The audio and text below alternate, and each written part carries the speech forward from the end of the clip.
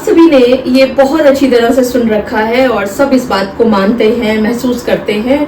कि first motion और second motion का जब एक जो पीरियड होता है बीच में, उस पीरियड को खत्म किया जा सकता है एक एप्लीकेशन लगा करके, जब आप दोनों पति और पत्नी म्यूचुअल कंसेंट से यानी आपसी सहमति से तलाक ले रहे हो। लेकिन ये जो एप्लीकेशन है, सिर्फ ऐसे ही बिना किसी रीजन के, बिना किसी ग्राउंड के अगर आप लिखेंगे तो ये जो 6 महीने का पीरियड है ये खत्म नहीं किया जाएगा। ठीक इसी तरह का एक केस पहुंचता है सुप्रीम कोर्ट तक। आइए देखते और समझते हैं कि इस केस में क्या हुआ, कैसे हुआ, और आप भी अपने अपने केसेस में इस जजमेंट का सहारा ले सकते हैं और जो गलतियां इस पिटिशनर ने की हैं, ऐसी गलतियां आप ना करें ताकि आपका केस सुचारू रूप से सुना जा सके कोर्ट के द्वारा। मैं एडवोकेट मोहिनी मोना आप सभी का पुनः स्वागत करती हूं और आप सभी देख रहे हैं आप सभी का पसंदीदा चैनल मोहिनी मोना एडवोकेट। अगर आप मेरे इस चैनल के लिए नए हैं या आपने अभी तक मेरे इस चैनल को सब्सक्राइब नहीं किया है तो इसको जल्दी से जल्दी सब्सक्राइब कर दीजिएगा ताकि आपको इसी तरह के लीगल इंफॉर्मेटिव वीडियोस की नोटिफिकेशन सबसे पहले मिल सके। Inconvenience to appear, not sufficient ground to waive cooling off period, Madhya Pradesh High Court says. पेश होने में असुविधा, कूलिंग ऑफ अवधि को माफ करने के लिए पर्याप्त आधार नहीं है, कहा मध्य प्रदेश हाई कोर्ट ने।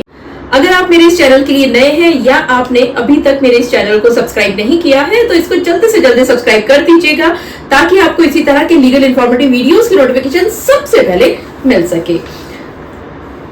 Inconvenience to appear, not sufficient ground to waive cooling off period, Madhya Pradesh High Court says. पेश होने में असुविधा, कूलिंग ऑफ अवधि को माफ करने के लिए पर्याप्त आधार नहीं है, कहा मध्य प्रदेश हाई कोर्ट ने। और ये सिग्निफिकेंट डिसीजन आया है अभी हाल फिलहाल में ही 30 अगस्त 2024 को।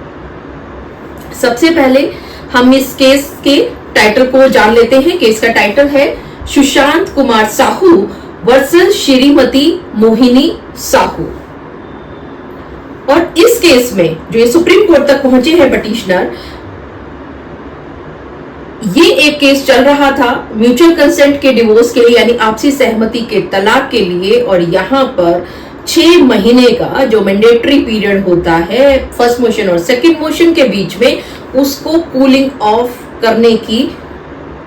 मुख्य कानूनी अड़चन आई थी नीचे और उसी को ठीक करवाने के लिए ये पार्टी पहुंचती है सुप्रीम कोर्ट में। चलिए थोड़ा सा पीछे चलते हैं बैकग्राउंड में और समझते हैं कि आखिरकार ये केस यहां तक पहुंचा कैसे।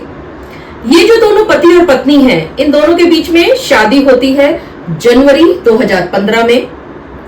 और इन दोनों के बीच में कुछ मनमुटाव हुए और ये दोनों अलग रहना शुरू कर दिया इन्होंने अक्टूबर 2017 से, यानी 2-2.5 साल के बाद ही। जुलाई 2024 में ये दोनों पति और पत्नी म्यूचुअल कंसेंट के तलाक के लिए एक जॉइंट पिटीशन कोर्ट में फाइल करते हैं। पिटीशन फाइल होने के बाद इनकी स्टेटमेंट रिकॉर्ड कर ली जाती है और उसके बाद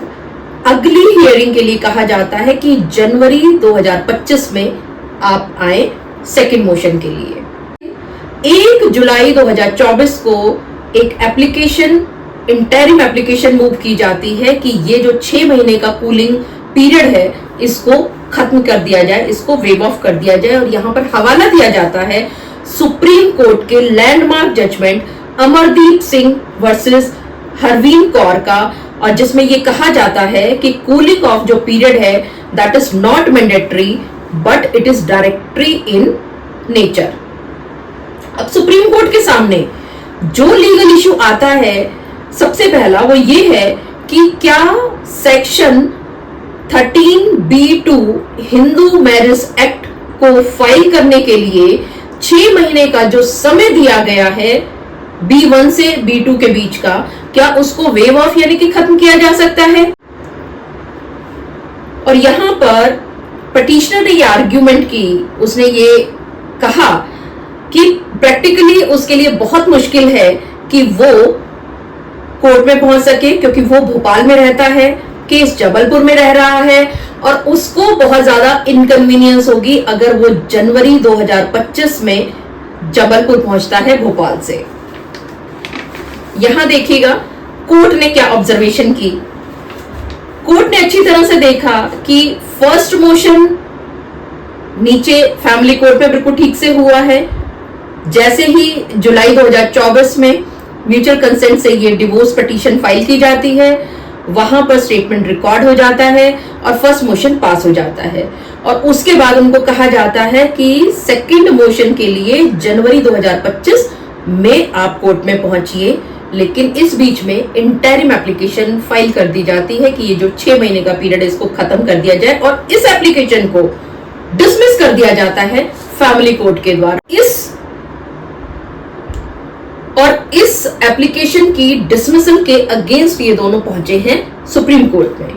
अब यहां सुप्रीम कोर्ट का ऑब्जर्वेशन देखते हैं और समझते हैं कि क्या रहता है। और ध्यान से सुनिएगा कि ये ऑब्जर्वेशन किस तरह से आपके फायदे में हो सकता है और कैसे आपके नुकसान में भी हो सकता है। सिर्फ इनकन्वीनियंस कह दिया जाए कि भाई मुझे असुविधा होगी कोर्ट में पहुंचने में, ये इनसफिशिएंट ग्राउंड है, यानी कि ये सही ग्राउंड नहीं है।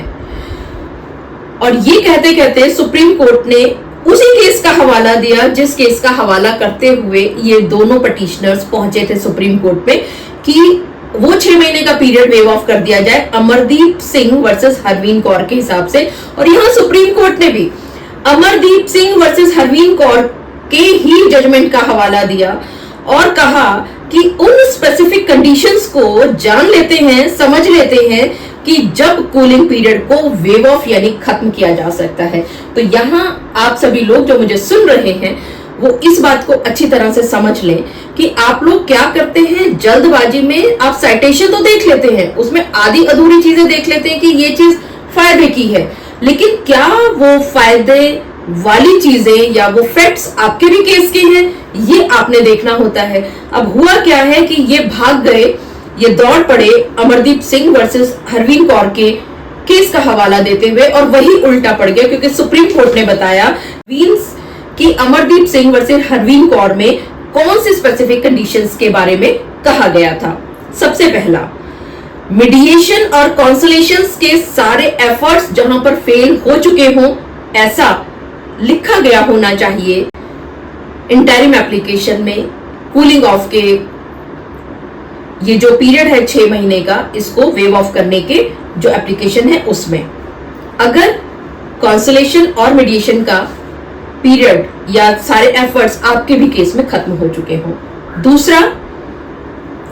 पार्टीज ने यानी कि दोनों पार्टी ने, पति ने भी और पत्नी ने भी जेन्युइनली सारे डिफरेंसेस खत्म कर लिए हों, यानी कि समाप्त कर लिए हों, सेटल कर लिए हों, जैसे कि एलिमनी है, चाइल्ड कस्टडी है, पेंडिंग मैटर्स है या और कोई ज्वाइंट अकाउंट्स एटसेट्रा हैं, ये सब जेन्युइनली खत्म कर लिए गए हों और इंटरिम एप्लीकेशन में इस चीज का हवाला दिया गया हो। तीसरा, जो वेविंग पीरियड है और साथ ही इस एप्लीकेशन में ये भी लिखा हुआ जरूरी होना चाहिए अगर ऐसा आपके साथ है कि जो ये वेटिंग पीरियड है सिर्फ और सिर्फ इन दोनों पार्टीज की अग्नि यानी कि दुख को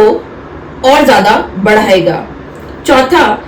दोनों पार्टीज ने अपनी अपनी जिंदगी में आगे बढ़ने का फैसला ले लिया हो, ऐसी बात इस इंटरिम एप्लीकेशन में कही जानी चाहिए। यानी ये जो मैंने 4 चीजें आपको बताई हैं, इन 4 में से एक चीज का हवाला जरूर इंटरिम एप्लीकेशन में लिखा होना चाहिए कि इस वजह से जो मैंने 4 ग्राउंड्स बताए हैं, इन 4 ग्राउंड में से कोई भी एक ग्राउंड के बारे में या 2 ग्राउंड के बारे में आप बता सकते हैं कि ये वजह है इस कूलिंग पीरियड को वेव कर दिया जाए। लेकिन यहां पर जो ये पिटीशन फाइल की गई है सुप्रीम कोर्ट ऑफ इंडिया में, उसमें या जो फैमिली कोर्ट में जो एप्लीकेशन फाइल की गई थी उसमें भी ऐसा कुछ नहीं किया गया था, कोई ग्राउंड स्पेसिफिक नहीं लिखा गया था कि ये जो कूलिंग पीरियड है इससे दोनों पार्टीज की अग्नि बढ़ेगी। ये भी नहीं लिखा गया था कि उनके सारे डिफरेंसेस खत्म हो चुके हैं। ये भी नहीं लिखा गया था कि जेन्युइनली जो है इन दोनों ने मीडिएशन और काउंसलिंग के सारे एफर्ट्स ले लिए थे और फेल हो गए थे। उन्होंने ये भी नहीं लिखा था कि दोनों की दोनों पार्टियां जो है आगे बढ़ने का डिसीजन ले चुकी हैं। ऐसी किसी भी चीज का हवाला सुप्रीम कोर्ट में जो पिटीशन फाइल की गई है इस पिटीशनर के द्वारा उसमें नहीं लिखा गया था। सिर्फ और सिर्फ एक ही बात लिखी गई थी, इनकन्वीनियंस की। यहां पर सुप्रीम कोर्ट ने कहा कि अगर फर्स्ट मोशन हो चुका है आपका और उसके बाद आपको सेकंड मोशन के लिए जाना है तो आपको एक बार तो फिर दोबारा से जाना ही होगा। आपको ये 6 महीने का जो पीरियड है उसको वेव ऑफ करने से कोई फायदा नहीं होने वाला, क्योंकि आपने एक तो ग्राउंड भी नहीं लिखे और दूसरा आपका ये जो वेविंग ऑफ पीरियड है, आपका ये जो कूलिंग ऑफ पीरियड है, अगर इसको वेव कर दिया जाता है तो ऐसा नहीं है कि आपको सेकंड मोशन के लिए दोबारा नहीं जाना है, आपको दोबारा जाना है। और साथ ही ये जो पीरियड दिया जाता है ये इसलिए दिया जाता है कि आप दोनों के बीच में हो सकता है कि लास्ट टाइम में अभी भी किसी तरह का कोई कॉन्सोलेशन बचा हो सकता है आपके बीच में ये 6 महीने के पीरियड में समझौता हो सके, लेकिन आप के बीच में समझौता होने की कोई भी चीज नहीं बची है। ये 4 ग्राउंड्स जो कि लिखे गए हैं अमरदीप सिंह वर्सेस हरवीन कौर के केस में,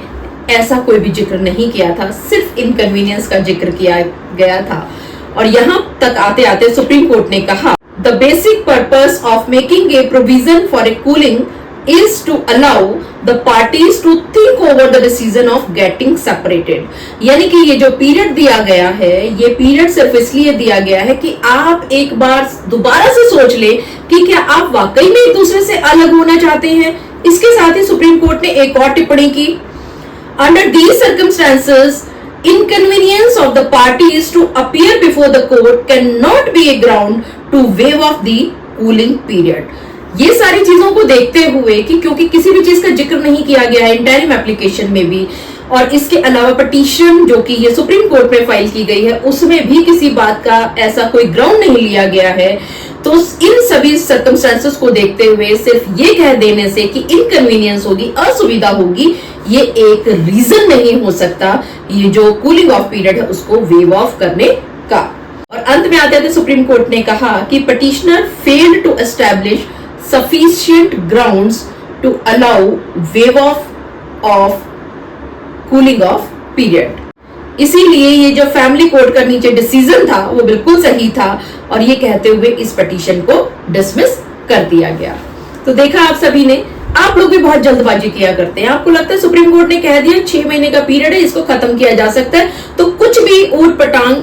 कुछ भी उल जलूल आप रीजन लिख दो और सुप्रीम कोर्ट के सामने पहुंच जाओ। और सुप्रीम कोर्ट का तो डिसीजन आ ही चुका है, 6 महीने का पीरियड एकदम से आपके जाते ही खत्म कर दिया जाएगा और आप जो है 1 महीने में अपना तलाक का डिक्री लेकर के अपने घर में बैठ जाओगे। ऐसा कुछ भी नहीं है। या आपने मेरे इस चैनल को अभी तक सब्सक्राइब ना किया हो तो इसको जल्दी से जल्दी सब्सक्राइब कर दीजिएगा ताकि आपको इसी तरह के लीगल इन्फॉर्मेटिव वीडियोस की नोटिफिकेशन सबसे पहले मिल सके। अपना और अपने परिवार का बहुत अच्छी तरह से ध्यान रखिएगा। Thank you, take care, bye bye.